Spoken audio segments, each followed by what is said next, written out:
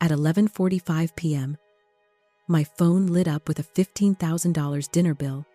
My parents forwarded without asking. They expected me to pay it.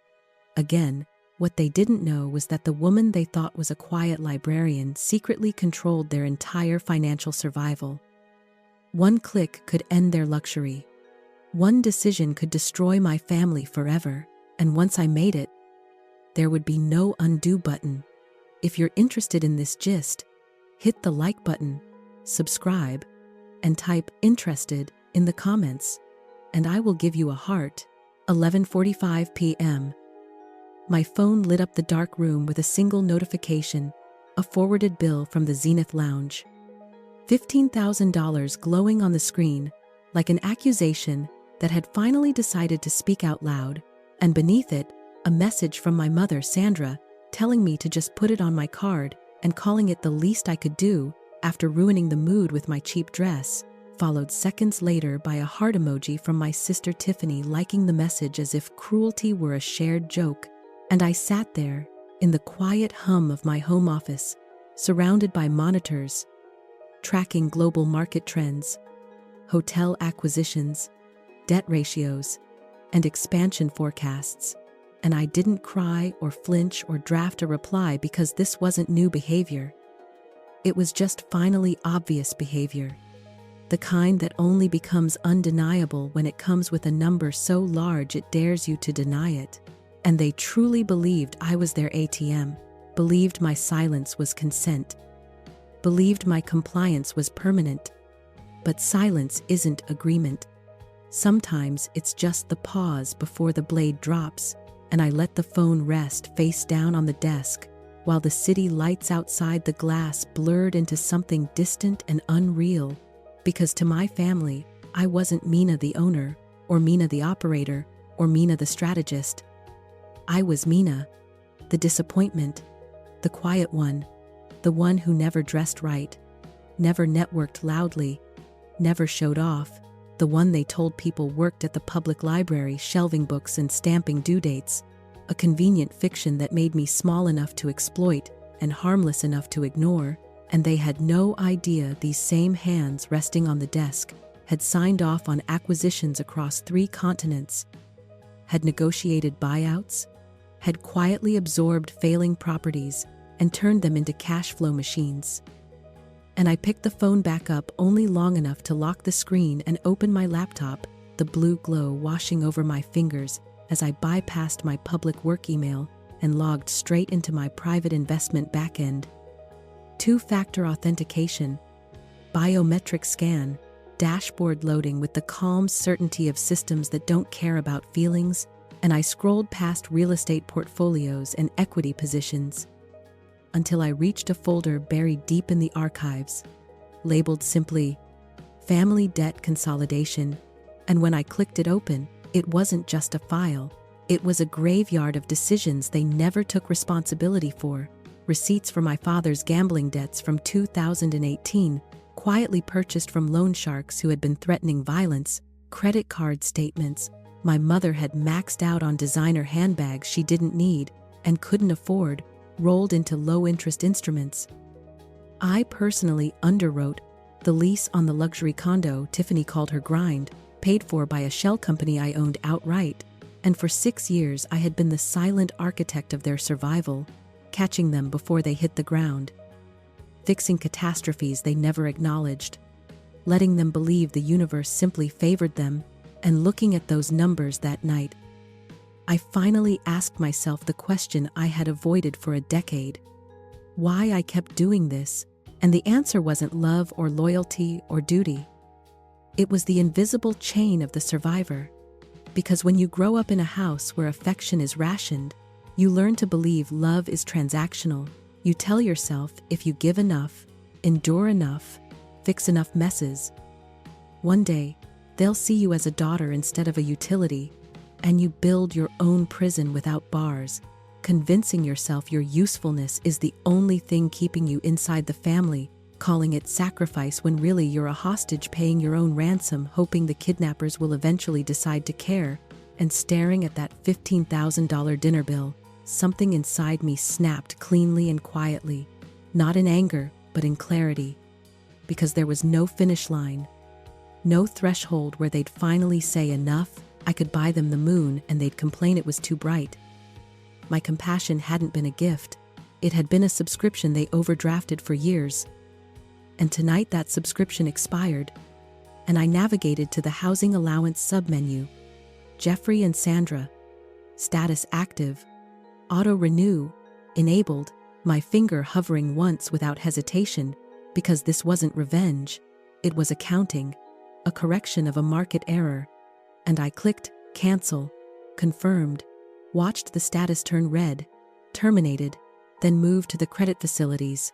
Terminated. Tiffany's car lease. Terminated.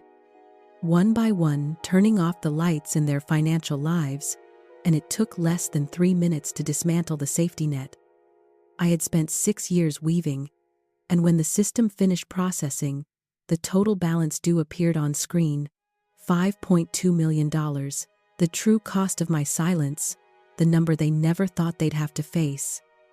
And I closed the laptop and turned toward the bedroom where Caleb slept.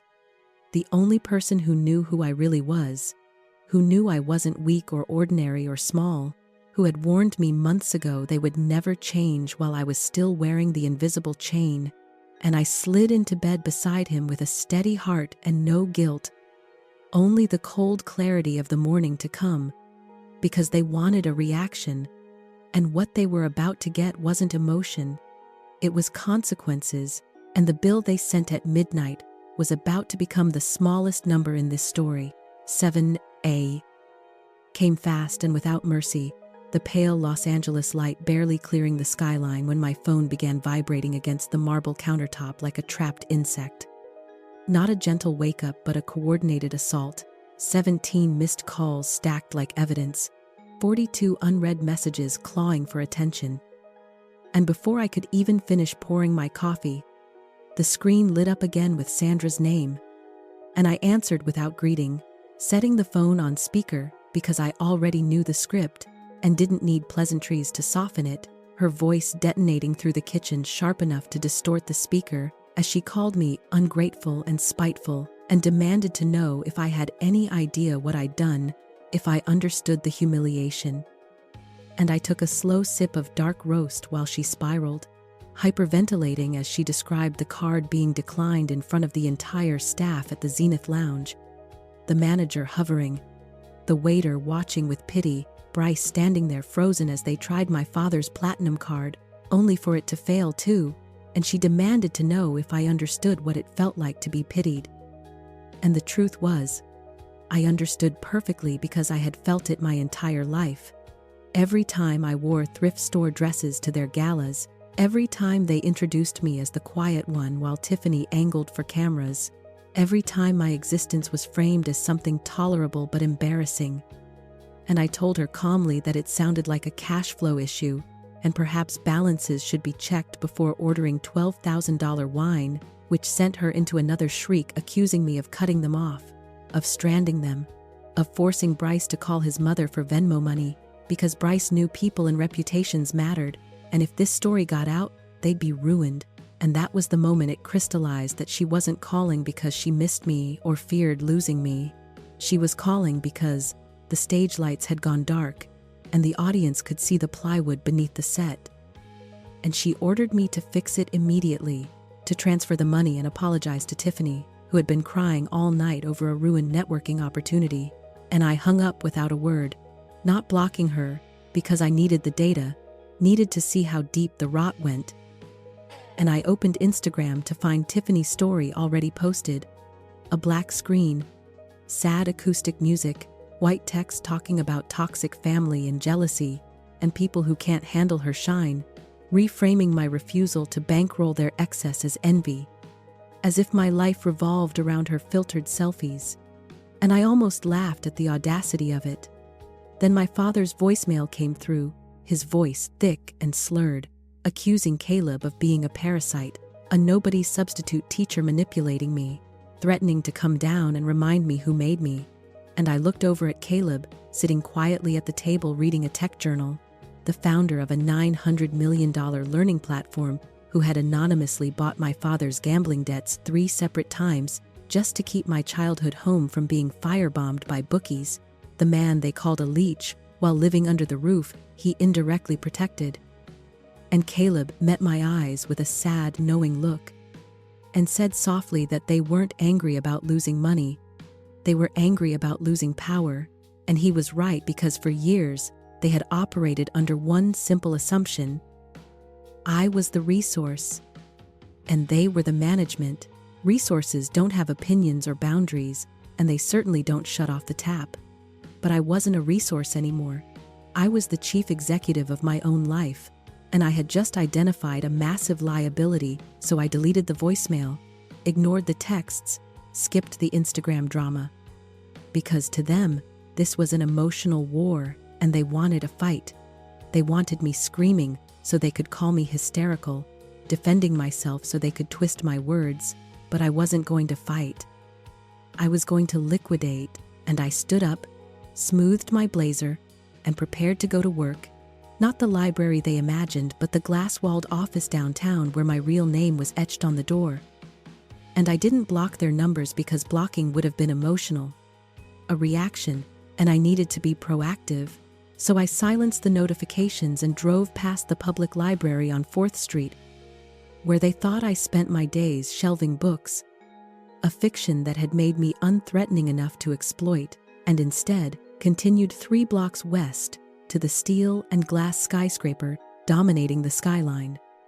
Bypassing visitor parking for my reserved spot, taking the private elevator to the 42nd floor, feeling my posture shift as the doors rose, the hunched shoulders of the obedient daughter straightening into something firmer, the apologetic expression dissolving, because I wasn't Mina the disappointment anymore. I was Mina the majority shareholder. And when the doors opened directly into the MV Holdings lobby, the receptionist greeted me by name, Miss Vane, informing me Elena was waiting, and Elena wasn't a family lawyer who handed out tissues and talked about healing. She was a corporate predator who specialized in hostile takeovers and asset liquidation. Someone who dealt in leverage, not feelings, and when I entered the conference room, she was already seated with files arranged like weapons across the mahogany table, noting without looking up that I had terminated the housing allowance and calling it aggressive. And I told her it wasn't aggressive enough because they thought this was a tantrum, a bluff, and I needed them to understand the bank was closed permanently. And Elena slid a document toward me, not a letter but a notice of debt acceleration detailing every loan I'd purchased, every credit card balance consolidated, every lease underwritten, all previously softened by family terms, but governed by a clause she had insisted on years ago, allowing full repayment to be demanded at any time. The total principal $5.2 million, and she explained calmly that executing it would give them 30 days to pay or face asset seizure. House, cars, wages, everything. Warning me that once sent there would be no going back to Sunday dinners, that I would no longer be their daughter but their creditor. And I told her I hadn't been their daughter for a long time, only their sponsor, and when my phone buzzed with Caleb's message warning that my father had threatened to get him fired, calling him broke and corrupting, something in me hardened because they were attacking the only person who had ever loved me without conditions. And Caleb's follow-up told me to take the gloves off, to let them see who we really were, and I instructed Elena to prepare the courier package on company letterhead and redirect all correspondence to my office, because I wanted them to understand exactly who they had provoked. And somewhere across the city my parents were already raging while I sat calmly reviewing spreadsheets because I was done managing their emotions and had a business to run. Elena didn't speak immediately after I told her to prepare the courier package. She simply tapped her tablet once more, eyes narrowing slightly as if a new variable had entered the equation. Then she slid one last file across the table and said quietly that there was something else. Something that hadn't been an asset but a liability hiding in plain sight, a second mortgage taken out 3 years ago on my parents' house for $250,000. And the moment I saw the document, my stomach didn't drop because this wasn't shock. It was confirmation. The cosigner line bore my name in clean, confident strokes, a signature that looked exactly like mine and yet couldn't have been, because on the date listed I had been in Tokyo, closing a joint venture. My passport stamps and calendar records airtight, and Elena explained calmly that the signature was a perfect forgery, that my father had used my credit to secure the loan, funneling the money into Tiffany's so-called success. Dubai trips, luxury cars, influencer optics financed by fraud. And if he had defaulted, the bank wouldn't have gone after him, they would have come for me. And that was the moment the story shifted from emotional exploitation to criminal exposure. Because this wasn't a family dispute. This was bank fraud and aggravated identity theft with mandatory federal minimums, and I felt something inside me go still, not cold but precise, because anger wastes energy and clarity sharpens it. And I told Elena to prepare the police report but not file it yet, because I didn't want suspicion or denial. I needed an admission, something public and irreversible, and she understood immediately, because leverage only works when the other side knows the blade exists, and we began outlining the sequence, not as revenge, but as procedure. Because what my family had mistaken for weakness was discipline. And discipline always wins in the end, and I decided the setting would be the Zenith Lounge, the same place they'd humiliated themselves hours earlier, because symbolism matters when you're closing accounts. And I sent the invitation myself, short and neutral. Dinner tonight. My treat. Let's talk. And they accepted immediately. Arrogance, arriving faster than gratitude. Convinced this was my surrender. Convinced I had panicked and crawled back to the role they'd assigned me. And by the time evening fell, I could already predict their posture. Overdressed confidence. Performative smiles. The assumption that money had returned to its proper function. And I arrived early with Caleb. Not to the dining room, but through a side entrance that led upstairs. Because most people don't realize the building above the Zenith Lounge wasn't just real estate, it was an asset we'd acquired quietly 2 years earlier when the owner needed liquidity fast. And while diners saw chandeliers and marble floors, I saw depreciation schedules and revenue curves. And we took our seats at the table, just as my parents and Tiffany arrived in a cloud of perfume and entitlement. Sandra already performing warmth, Jeffrey carrying the practiced authority of a man who'd never paid a consequence, Tiffany scanning the room for cameras and status. And they greeted me as if nothing had happened that morning, as if threats hadn't been made and lines hadn't been crossed, because in their world, conflict reset as long as the money flowed, and they ordered extravagantly, without looking at prices, vintage wine, off-menu specials, behaviors learned from years of believing someone else would always absorb the cost. And I said nothing, because silence unsettles people who rely on noise to dominate. And when the check finally arrived, it didn't come to me. It was placed gently in front of Caleb by a waiter who addressed him by name and asked if he'd had a chance to review the deed transfer documents. And the confusion at the table was instant. Sandra's smile freezing, Jeffrey leaning forward, Tiffany frowning, and Caleb signed casually, pushing the folder back without ceremony. And that was when it landed, the quiet understanding rippling through them that something fundamental had shifted, because the bill wasn't theirs to hand me. It was ours to internalize, and I slid my own folder across the table. Not theatrically, just efficiently, the notice of debt acceleration clipped neatly on top.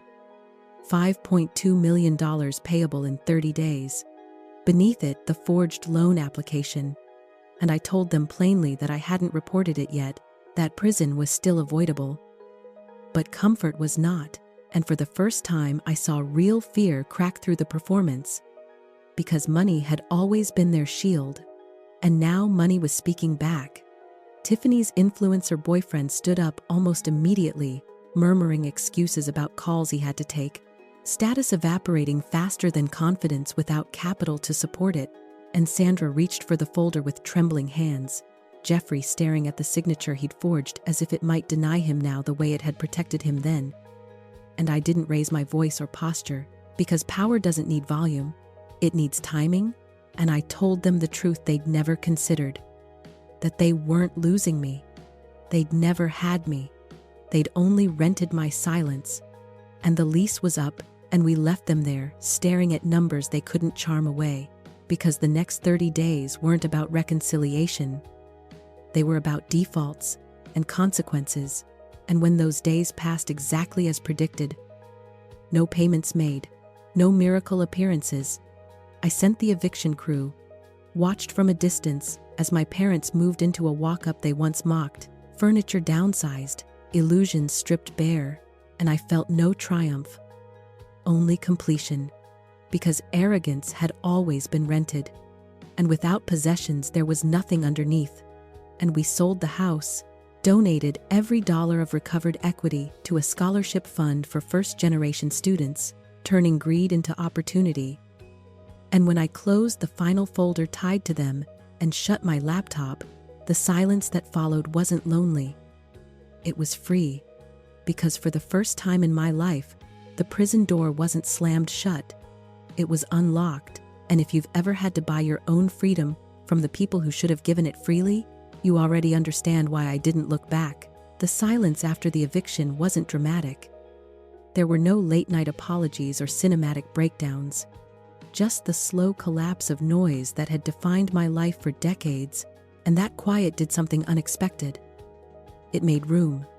Room for clarity, room for memory, room for the realization that survival mode had been so loud for so long, I'd mistaken it for identity, and in the weeks that followed, I watched the ripple effects unfold, not with satisfaction, but with a detached awareness that this was what accountability actually looked like when it wasn't softened by guilt or diluted by obligation. My parents didn't become villains overnight. They simply became visible, stripped of narrative power, forced to live inside the consequences they had outsourced to me for years. Sandra stopped posting entirely after the whispers reached her social circle, because pity is worse than scandal when your currency is appearance. And Jeffrey tried to salvage dignity by reframing himself as misunderstood, telling anyone who would listen that his daughter had been manipulated, that wealth had poisoned my mind, but those stories didn't land, because stories require credibility, and his had been liquidated along with the house.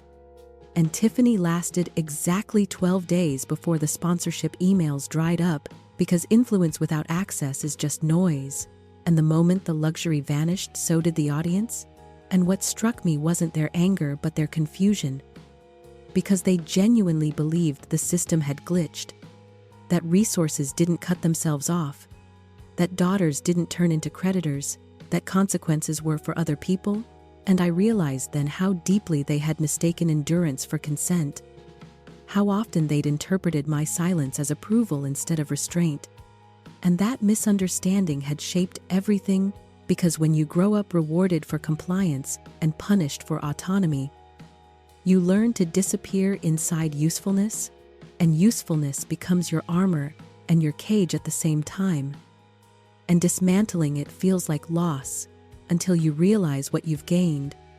And what I gained was space to finally look at my life without distortion, without the constant drag of other people's emergencies tethered to my pulse. And in that space, I saw patterns I hadn't let myself name before. How often I'd chosen stability over truth. How often I'd confused being needed with being valued. How often I'd tolerated disrespect because it came wrapped in family language. And that reckoning wasn't clean or quick. It was uncomfortable, like learning to walk again after years of standing still. But it was honest. And honesty has momentum. And that momentum carried me into rooms I'd avoided, conversations I'd postponed, and decisions I'd delayed because I was too busy managing damage control for people who never managed themselves. And the first thing I did was audit my own life the same way I audited theirs. Line by line, habit by habit, relationship by relationship, and I cut where necessary. Not cruelly, but deliberately. Because anything that relied on my exhaustion to function wasn't worth sustaining, and Caleb watched this process quietly.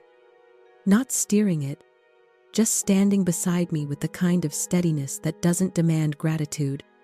And I understood then why my family had resented him so deeply, because he'd never needed anything from me except presence, and people who trade in leverage don't trust love that doesn't invoice.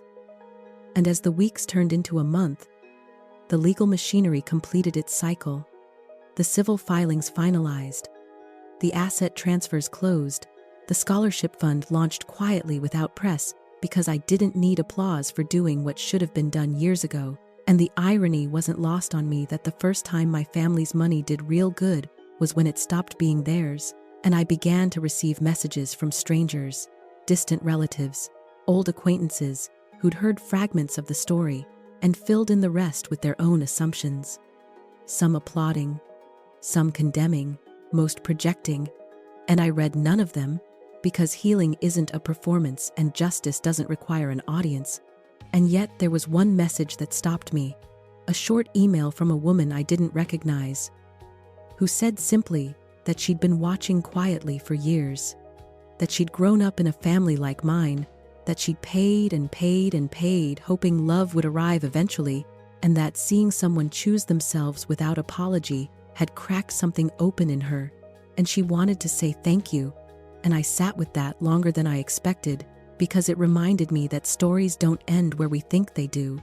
They echo, and the choice to stop absorbing harm isn't just personal, it's instructional, and that understanding reframed everything.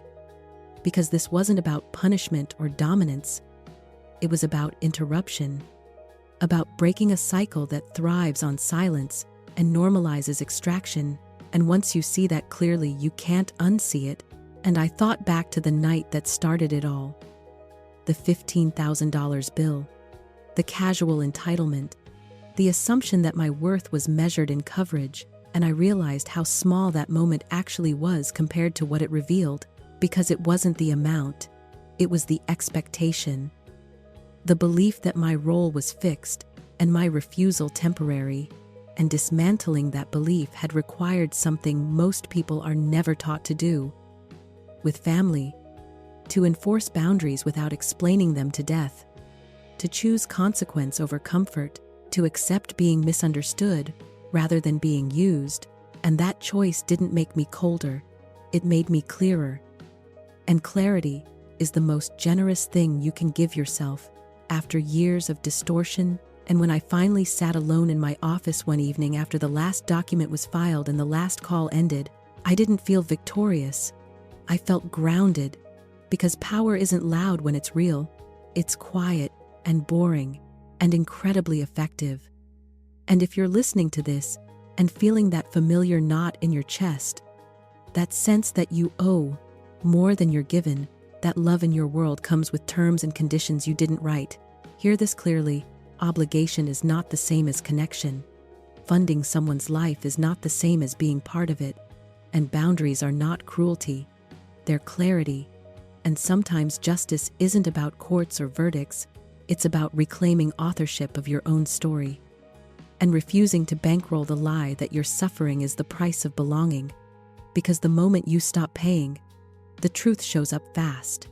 And when it does, you'll finally see who was standing with you and who was standing on you all along. What surprised me most after everything settled wasn't the backlash or the silence or even the relief. It was how unfamiliar peace felt. Because when you've lived your entire life bracing for the next demand, the next accusation, the next manufactured emergency, calm feels suspicious, like the pause before impact. And for weeks, my nervous system kept waiting for the other shoe to drop, for some final ambush that would prove cutting them off had been a mistake. But it never came. Instead, what arrived was exposure. Not mine, but theirs. Because once the money stopped buffering reality, their personalities were forced into direct contact with the world, and the world did not respond the way I had. Vendors didn't soften terms because of family history. Landlords didn't accept emotional excuses in place of rent. Friends who had been orbiting the glow of access evaporated without ceremony. And watching that happen from a distance taught me something fundamental about dynamics I had spent years mislabeling as love. Because love doesn't collapse when resources disappear. Entitlement does. and the difference between the two became painfully obvious as Tiffany tried to rebrand herself as resilient, while quietly begging former sponsors for grace periods, as Sandra attempted to spin the story to her social circle until too many details contradicted each other, as Jeffrey oscillated between rage and self-pity when intimidation failed to produce results. And none of it pulled me back in the way it once would have, because something inside me had recalibrated. The lever they'd been pulling for years no longer connected to the machinery. And that's when I understood that boundaries don't just protect you from others, they protect others from controlling you, because once that control is gone, the relationship either adapts or dissolves. And theirs dissolved because it had never been built on reciprocity, only access. And as that truth settled in, I began noticing how many areas of my life had been shaped around accommodating that dysfunction. How often I'd minimized achievements to avoid triggering resentment, how often I'd delayed joy because someone else was always in crisis, how often I'd apologized for having what they lacked instead of asking why they felt entitled to it. And undoing those patterns required more than distance. It required grieving the version of family I'd hoped for but never actually had, because letting go of obligation doesn't erase longing, it just makes it honest, and that honesty is uncomfortable, because it forces you to confront how long you stayed, not because things might change, but because leaving meant accepting they wouldn't, and that acceptance feels like failure until you realize staying was never loyalty, it was self-erasure. And once I stopped erasing myself, I had to decide who I was without that role, without being the fixer, the financier, the quiet buffer absorbing everyone else's chaos. And the answer didn't arrive as some dramatic reinvention. It came in small moments, like realizing I could make plans without checking my phone every 5 minutes, like noticing my shoulders weren't constantly tense, like sleeping through the night without waking to phantom notifications. And those moments accumulated into something solid, a sense of internal authority that didn't need to be announced to be real. And with that authority came decisions that had nothing to do with them, investments aligned with long-term vision instead of short-term rescue, partnerships chosen for mutual respect instead of convenience, philanthropy driven by impact rather than guilt, and each decision reinforced the same lesson. That agency grows when you stop outsourcing your worth to people who profit from your doubt. And I thought often about how close I'd come to never seeing this side of my life, how easily I could have paid that bill, apologized, smoothed things over, reset the cycle for another year, because compliance is always cheaper in the moment than consequence, but infinitely more expensive over time. And that realization reframed everything, because the cost of peace is almost always paid up front, while the cost of avoidance compounds quietly.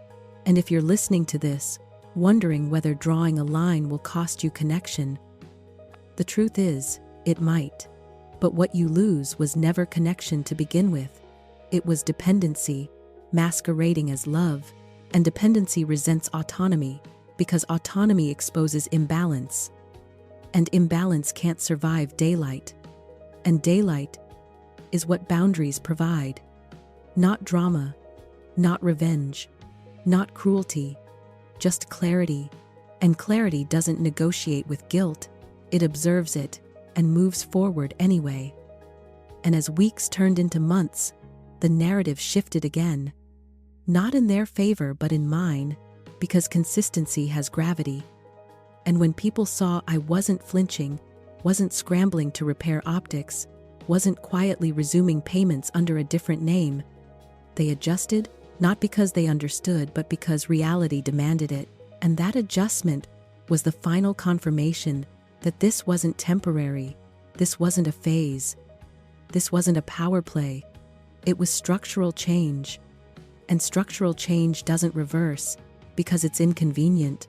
And one afternoon, as I reviewed quarterly reports and approved a new expansion proposal, it hit me that I was finally operating at full capacity, not just financially but mentally, because so much bandwidth had been consumed by managing people who never intended to manage themselves.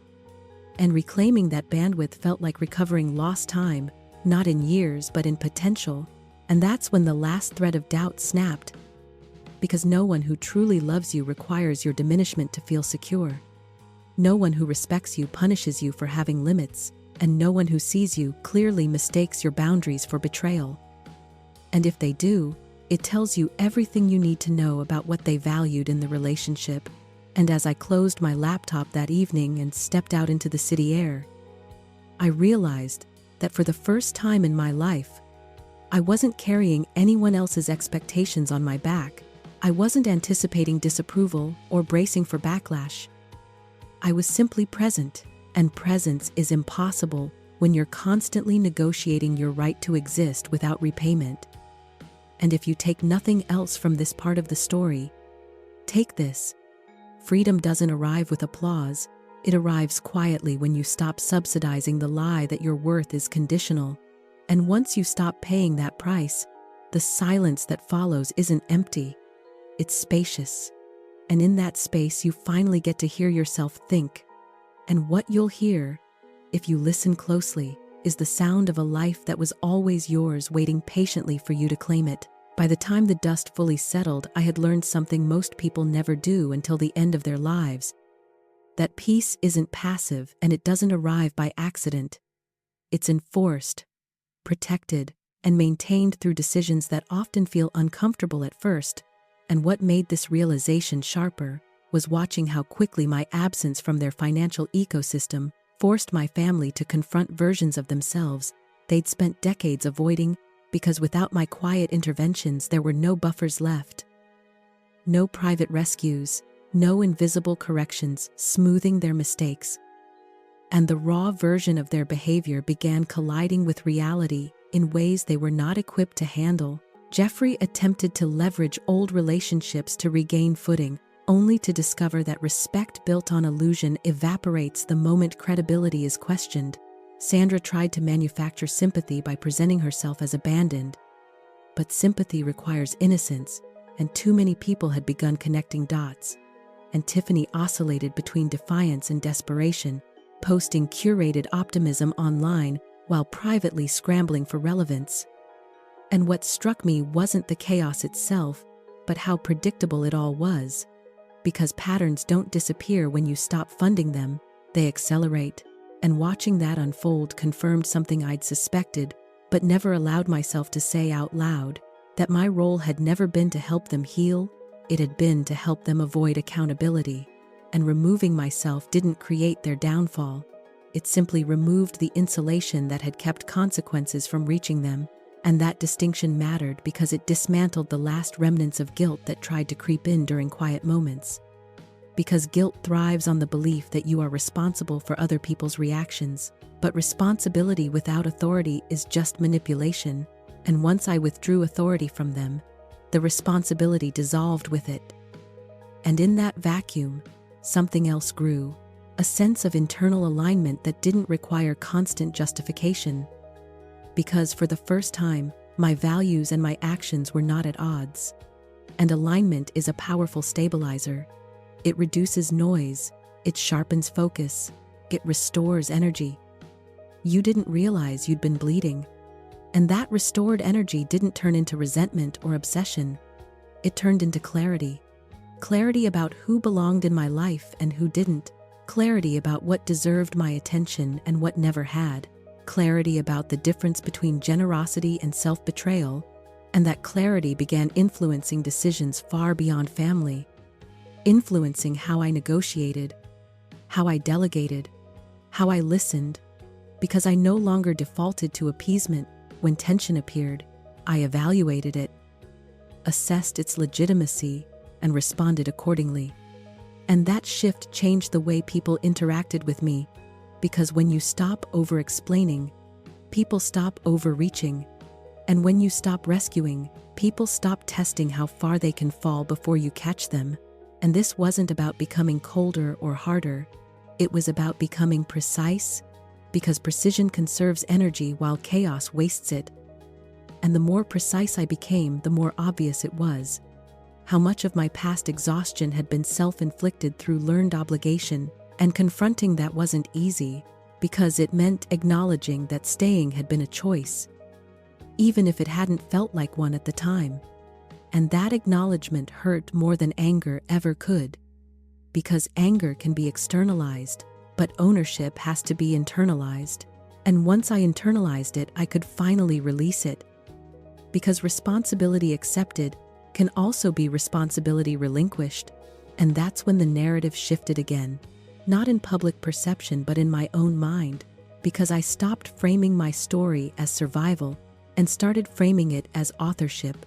And authorship requires boundaries, editors, deletions, and sometimes entire chapters being cut. And that metaphor mattered because it reframed my family not as villains I needed to defeat, but as characters whose arcs had diverged from mine. And divergence isn't cruelty, it's inevitability when values no longer align, an understanding that allowed me to release the need for validation entirely, because validation from people who benefited from my silence was never going to arrive honestly anyway. And once I stopped waiting for it, I noticed how much approval already existed elsewhere. Not loud or performative, but steady and mutual, from colleagues who respected competence without entitlement, from partners who valued contribution without extraction, from a community built on shared purpose rather than shared history. And that realization softened something in me, because it replaced bitterness with perspective. And perspective doesn't erase pain, but it contextualizes it. It shows you where pain fits in the larger architecture of growth. And growth often requires pruning, cutting back branches that drain resources from the core, and no gardener apologizes to a tree for trimming what no longer serves its health. And that analogy stayed with me as I continued building forward, because it reinforced the idea that endings are not failures.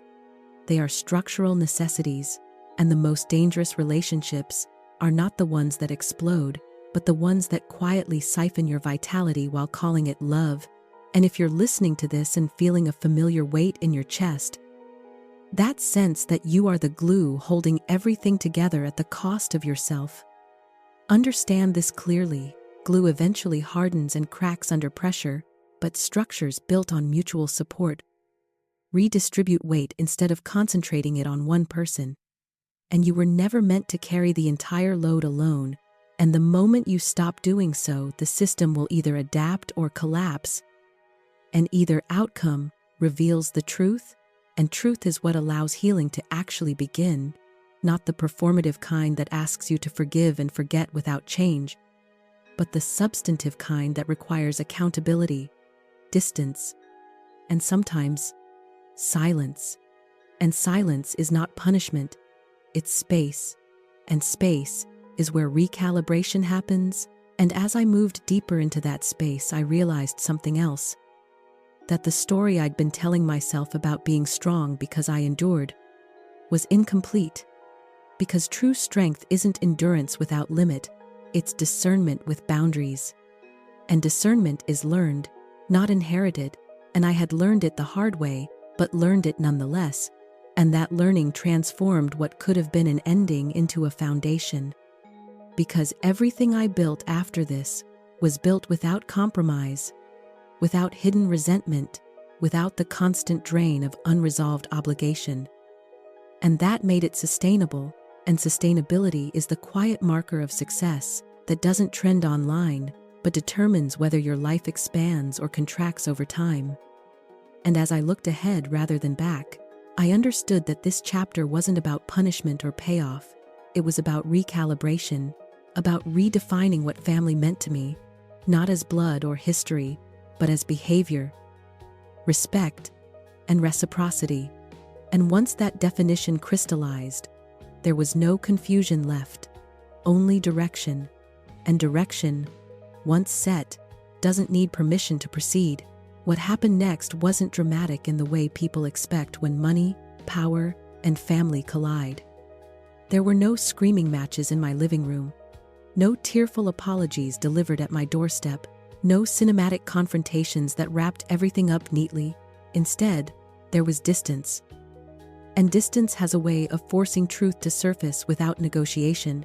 because when access is removed, people are left alone with their own patterns, and patterns do not lie.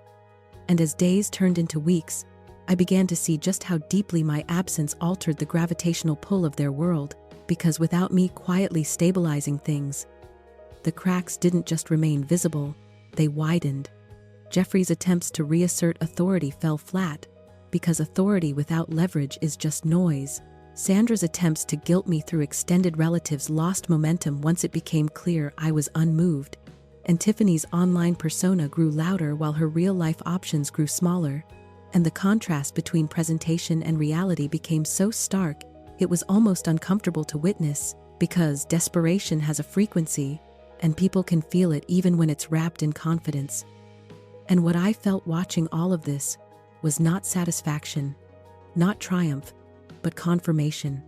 Confirmation that my decision hadn't created dysfunction, it had simply stopped compensating for it. And that distinction matters, because it reframes the narrative from betrayal to boundary, and boundaries don't harm healthy systems. They expose unhealthy ones. And the more time passed, the clearer it became that what my family missed wasn't me, it was what I provided. And recognizing that stripped away the last illusion I had been clinging to, the illusion that if I just explained myself well enough, they would finally understand me. Because understanding requires curiosity, and curiosity had never been part of the equation, only expectation, and expectation is not love, it's entitlement wearing a familiar face. And once I stopped meeting those expectations, the entitlement turned into resentment, which in turn revealed the transactional nature of the relationship more clearly than any argument ever could, and that clarity allowed me to grieve properly, not the people themselves but the version of them I had hoped existed, the version capable of reciprocity, humility, and self-reflection.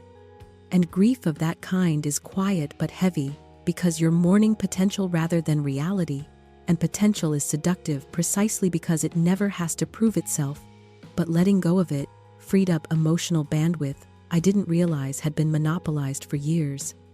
And with that bandwidth reclaimed, I began investing more intentionally in areas that actually returned value, not just financially but emotionally and intellectually, and that investment showed up in subtle ways. Improved sleep, sharper focus, less internal dialogue second-guessing every decision, because when you're no longer bracing for criticism from people whose approval you'll never earn, your nervous system finally stands down. And that physiological shift is not abstract. It's tangible. It changes how you walk into rooms, how you speak without preemptive apology, how you tolerate discomfort without folding. And that shift didn't go unnoticed. Colleagues responded differently, negotiations tightened in my favor, because confidence without aggression invites respect rather than resistance. And respect compounds just like capital does. And as my external world adjusted to this new internal posture, I found myself revisiting old assumptions about responsibility, particularly the belief that being capable obligates you to compensate for others' incapacity, a belief often instilled early in families, where one child becomes the stabilizer, while others are allowed to drift.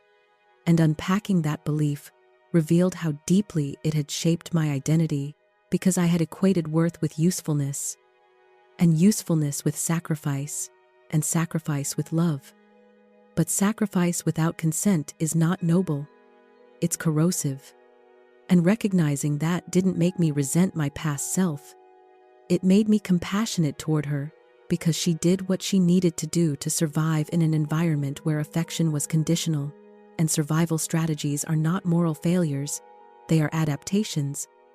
But adaptations are meant to evolve, and holding on to them beyond their usefulness turns protection into self-sabotage. And that realization reframed my story yet again, not as someone who escaped exploitation, but as someone who outgrew an outdated operating system. And upgrades always come with temporary instability, because systems resist change, especially when they benefit from the old version. And my family's resistance was proof that the update had been overdue, Because healthy connections don't panic when boundaries appear. They adjust, and there was no adjustment here. Only escalation, which told me everything I needed to know. And still there were moments when doubt tried to re-enter, usually late at night or during quiet transitions, because the mind revisits familiar loops when it's tired. But instead of spiraling, I learned to interrogate those thoughts, asking myself whether the discomfort I felt was guilt or withdrawal. And that distinction was critical, because guilt implies wrongdoing, while withdrawal implies detox, and detox is uncomfortable precisely because it removes a substance your system had become dependent on. And emotional dependency operates on the same principles as chemical dependency: intermittent reinforcement, unpredictable rewards, cycles of hope and disappointment, and once you see that pattern, you can't unsee it. And seeing it dismantles the romanticized narratives we often attach to family loyalty. Because loyalty that requires self-erasure is not loyalty, it's compliance, and compliance does not foster connection, it breeds resentment, and resentment eventually poisons everyone involved. And by stepping away, I wasn't just preserving myself, I was interrupting a cycle that would have otherwise continued unchecked. And while they may never acknowledge that, acknowledgement is not a prerequisite for impact, and impact doesn't require applause to be valid. And that understanding brought with it a kind of quiet resolve, the kind that doesn't need to announce itself, because it's anchored internally rather than externally, and anchored decisions don't wobble under pressure. They hold, and holding that line required ongoing discipline, not responding to provocation, not explaining myself to people committed to misunderstanding me, not reopening negotiations disguised as apologies, because the temptation to re-engage often comes disguised as reconciliation. But reconciliation without accountability is just a reset button for the same behavior. And I wasn't interested in resets, I was interested in resolution. And resolution sometimes means accepting that closure doesn't come from conversation. It comes from clarity. And clarity had already been achieved. And as I moved further into this new chapter, the absence of chaos became its own reward. Not because life suddenly became easy, but because difficulty was no longer compounded by unnecessary emotional labor. And that distinction is everything, because life will always present challenges. But when you're not also managing other people's dysfunction, those challenges become manageable rather than overwhelming.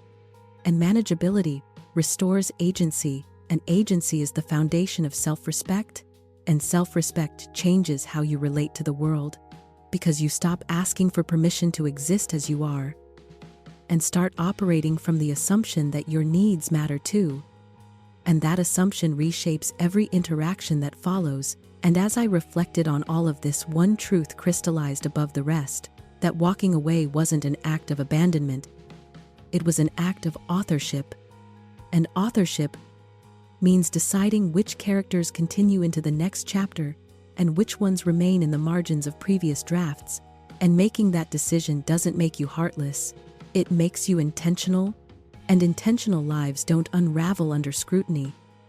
They withstand it, because they are built on coherence rather than contradiction, and coherence is what allows you to move forward without dragging the past behind you like an unpaid debt. And that forward motion, once initiated, doesn't require constant reinforcement. It becomes self-sustaining, and in that sustainability, I found something I hadn't felt in a very long time. Not relief, not vindication, but stability. And stability is the quiet platform from which everything meaningful is built.